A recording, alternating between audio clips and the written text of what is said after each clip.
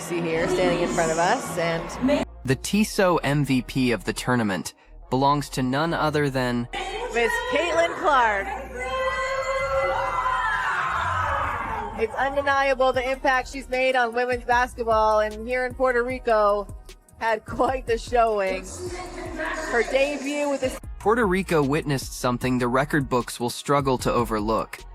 The basketball universe watched as seismic shifts occurred beneath the established order's foundation.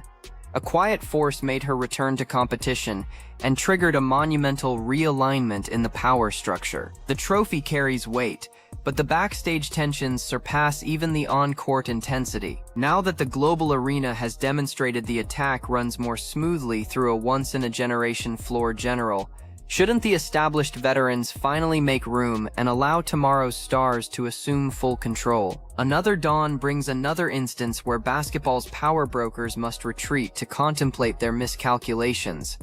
Anyone observing the events in San Juan, Puerto Rico witnessed something that likely sent certain coaches scrambling for maximum strength headache relief. We're discussing a comprehensive atmospheric transformation within USA basketball.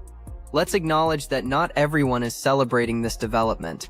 My personality completely transforms when I cross those court boundaries, because once I'm between the lines, I'm there to dominate. Nobody anticipated this outcome.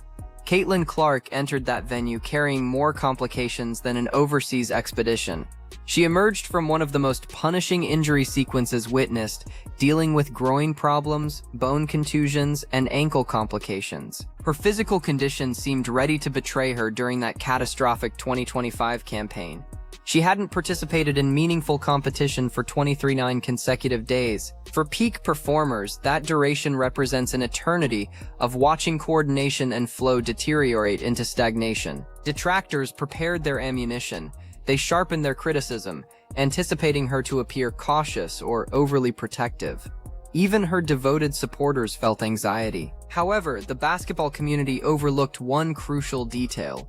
While others competed, Caitlin spent 8 months constructing an internal inferno during recovery. She didn't travel to Puerto Rico for a gentle reintroduction. She arrived to demonstrate to every individual in that facility, including teammates, coaching staff, and particularly the doubters, precisely who commands authority when she's upright and ready.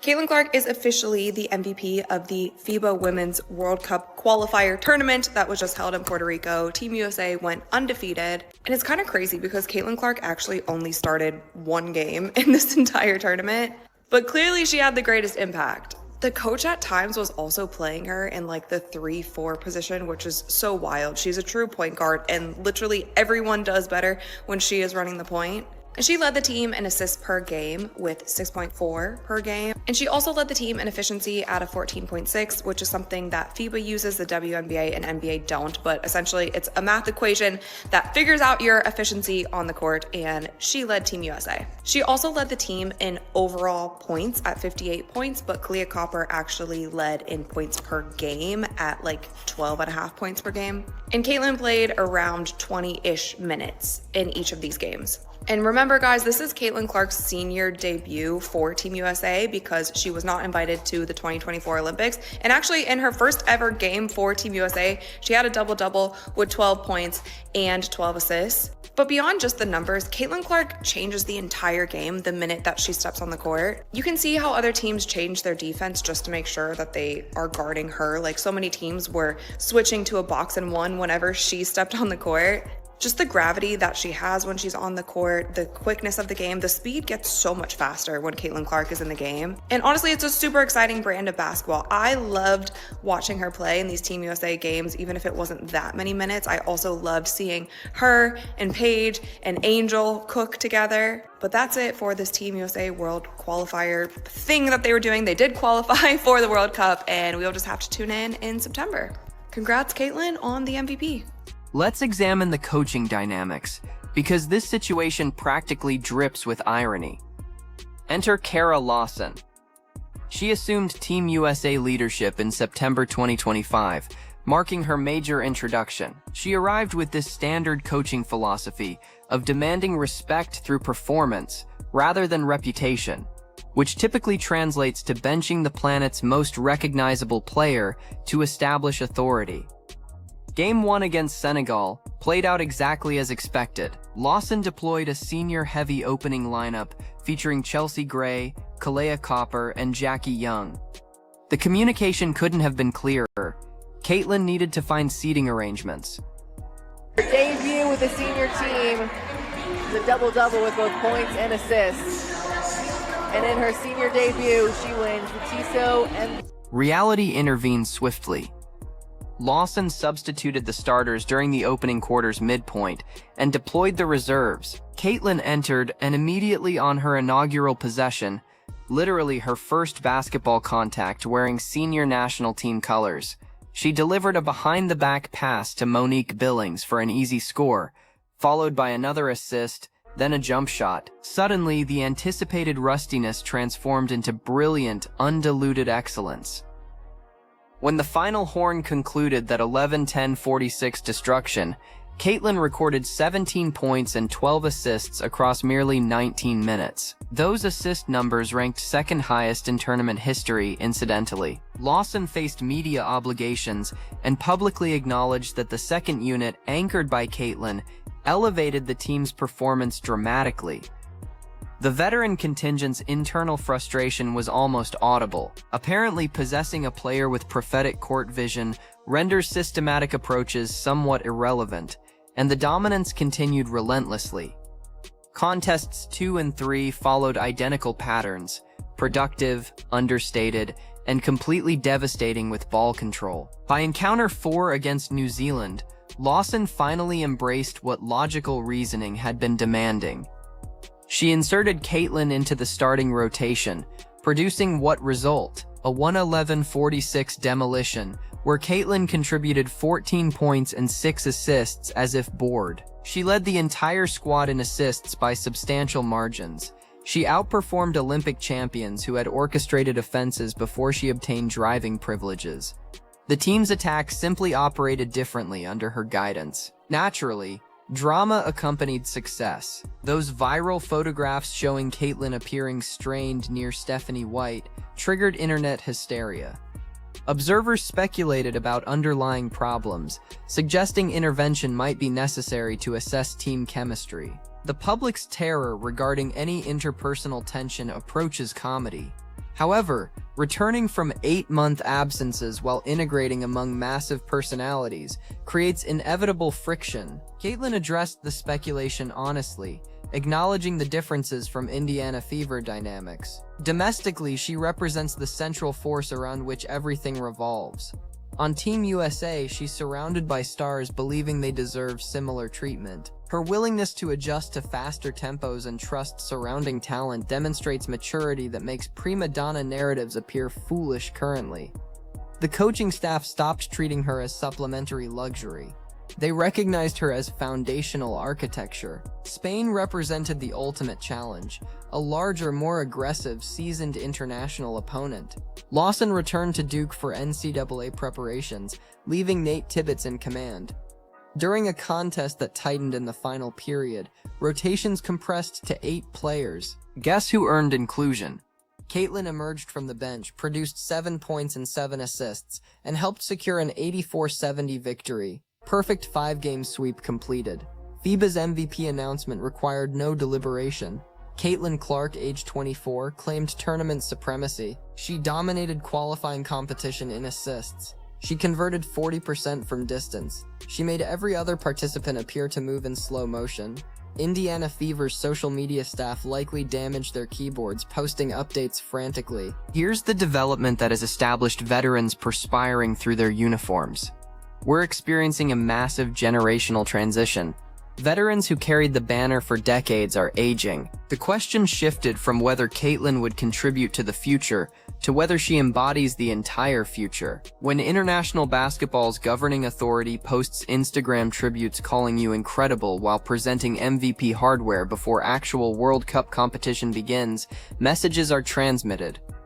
Berlin's World Cup approaches in September, with Team USA pursuing their 12th championship. They remain favorites, obviously, but offensive identity now flows through a player who months earlier questioned whether her ankle would heal properly.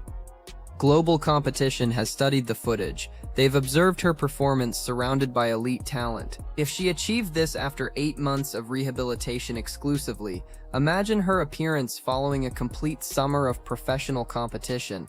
It represents nightmarish scenarios for opposing nations. This satisfaction stems from zero guarantees. Physical breakdowns occurred 4 times in one season. Supporters panicked. Critics prepared her competitive obituary. Yet she entered San Juan and resolved every concern across 5 games.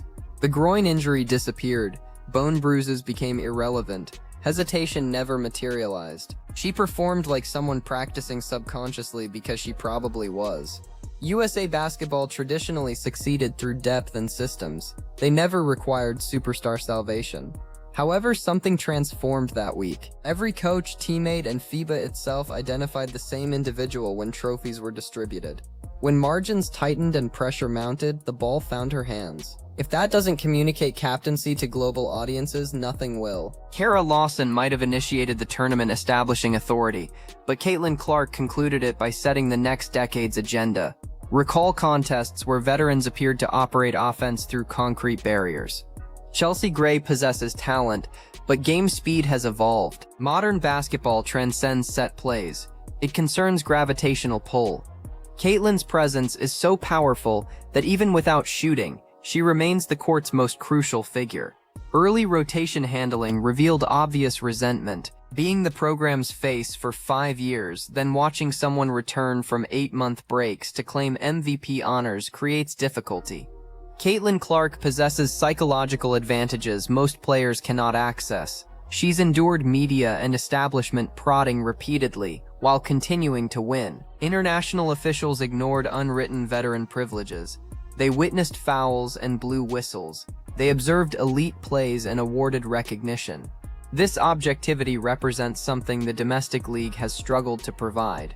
Now Berlin approaches. The roster will be loaded. But for the first time, hierarchy has sustained permanent damage. You cannot reverse this transformation. Once you've witnessed offensive efficiency at that level under Caitlin's leadership, reverting to slow veteran approaches feels like massive regression. The establishment can spin narratives however they choose. They can discuss leadership and experience, but fans know what they witnessed in Puerto Rico. They saw the future, and the future wears number 22. Those 239 days away didn't break her. They made her more dangerous. She's rested, healthy, and possesses a new MVP trophy, reminding everyone that she is the undisputed court queen. The immediate resentment is real, but so is reality. You cannot stop freight trains with whistles. Kara Lawson faces difficult decisions because she's balancing a locker room clearly divided between past and future. If she's intelligent, she'll realize the easiest path to Berlin gold involves stepping aside and letting Caitlin perform naturally. Legacy players must choose. They can join the journey and collect medals, or continue protecting territory while watching the game advance beyond them. Based on San Juan events, the game has already progressed past them. The statistics are too impressive, the talent too obvious, and the hardware already secured. It's a transformed world, and Caitlin Clark stands at its summit. Team USA's 12th title hangs in the balance, and for the first time, the path to gold is being constructed by a 24-year-old who ignores your feelings or tenure. She only cares about scoring. In Puerto Rico, she demonstrated she's never been more effective at achieving that goal. The commotion will intensify heading into September. Every contest becomes a referendum on the new Team USA. Every rotation will face analysis from millions of fans. Every player-coach interaction will become memes. None of that matters when competition begins. Caitlin Clark has proven she can manage noise, injuries, and resentment. Now she must handle the rest of the world. The takeover isn't speculation anymore, it's documented reality, FIBA-endorsed and court-proven. The captain designation might not appear on jerseys officially, but everyone who watched that tournament knows exactly who guided that team through adversity. The old guard might feel envious, but they better adjust to passenger seat perspectives. The hierarchy has been demolished, and basketball's new era is officially here. If you enjoyed this analysis of how the international stage transformed the game's future, please hit that like button. It genuinely helps the channel expand. Don't forget to subscribe for more comprehensive examinations of stories mainstream media overlooks. See you in the next one.